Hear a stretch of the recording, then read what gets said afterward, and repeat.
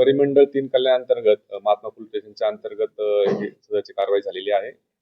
August महिन्यामध्ये ट्रॅफिकचे आमचे जे कर्मचारी, अधिकारी कर्मचारी जे आहेत आणि पोलीस स्टेशनचे कर्मचारी हे नाकाबंदी करत असताना त्यांना अशी एक गुप्त माहिती मिळाली होती की त्या ठिकाणी काही लोक जे आहेत त्या ठिकाणी गांजा सप्लाय करण्याकरता कल्याण स्टेशन परिसरामध्ये येणार आहेत.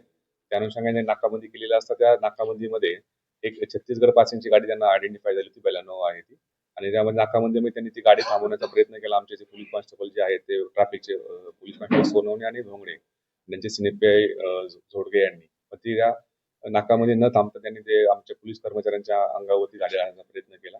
नंतर त्या सदर गाडीचा आपल्या पोलीस स्टेशनचे कर्मचारी आणि ट्रॅफिकच्या कर्मचाऱ्यांनी पाठलाग केला असता आपण गाडी ताब्यात घेतली. नंतर गाडीच्या मध्ये आपण जे असणारे जे 5 इसम असेल त्या 5 इसम पण आपल्या त्या ठिकाणी मिळाले. सदर गाडीची झडती घेतली असता सदरच्या गाडीमध्ये आपल्याला त्याच्यामध्ये 35 किलोपेक्षाही जास्त गांजा मिळाला. त्यानंतर हे 5 आरोपी त्याच्यामध्ये निष्पन्न झाले आणि त्यामध्ये गाडीच्या झडतीमध्ये आपल्याला एक गावठी बनावटीचं पिस्टल सुद्धा त्यामध्ये हस्तगत करण्यात आलेलं होतं. नंतर या जे ताब्यात घेतले इसम यांची तपास करून किंवा त्यांच्याविषयी माहिती घेतली असता हे सगळे नागपूर इथले रहिवासी असल्याचे समजलं आणि ते गांजा सप्लाय करण्याकरता कल्याणमध्ये आलेले होते. त्यानंतर त्यांचा गुन्हेगारी पार्श्वभूमीचा रेकॉर्ड चेक केला असता ही पूर्णपणे टीम जी आहे, पूर्ण गँग जी आहे ती पूर्ण नागपूर आणि विविध शहरांमध्ये ही काम करत होती आणि हे सगळे यांच्यावरती पूर्ण गँगवरती 40 पेक्षाही जास्त गुन्हे अंमली पदार्थ तस्करीचे हे दाखल होते. त्या तपास करण्यामध्ये आपण आतापर्यंत टोटल 14 आरोपी याच्यामध्ये गुन्ह्यामध्ये निष्पन्न केलेले आहेत.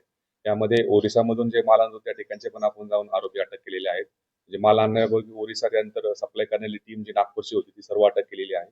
या ठिकाणी काही स्थानिक लेवलला सुद्धा माल सप्लाय होत होता.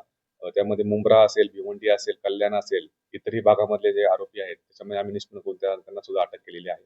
अशा प्रकारे एक आंतरराज्य टोळी जी अंमली पदार्थ तस्करी करणाऱ्याचे जे आहे पूर्ण कल्याण असेल, ठाणे असेल, नाशिक आणि मुंबई या भागातील त्याच्यामधून निष्पन्न केलेली आहे आणि त्यांच्यावरती संघटित गुन्हेगारी मोका अंतर्गत ही कारवाई माननीय पोलीस आयुक्त Shri Ashish Chaudhumbare sir, joint CP आमचे चव्हाण सर आणि ऍडिशनल सीपी जाधव सर यांच्या मार्गदर्शनाखाली सदरची ही ठाणे आयुक्तालयामधली ही दुसरी कारवाई झाली आहे. त्याच्यामध्ये आपण मोका अंतर्गत या 14 आरोपींमध्ये सध्या अटक केलेली आहे. सदरचा गुन्ह्याचा तपास जे आहे आमचे कल्याणचे एसीपी कल्याणची गेटे करत आहेत. आता सदरचे आरोपी आता सध्यापर्यंत त्यांना 23 तारखेपर्यंत पोलीस रिमांड दिलेली आहे.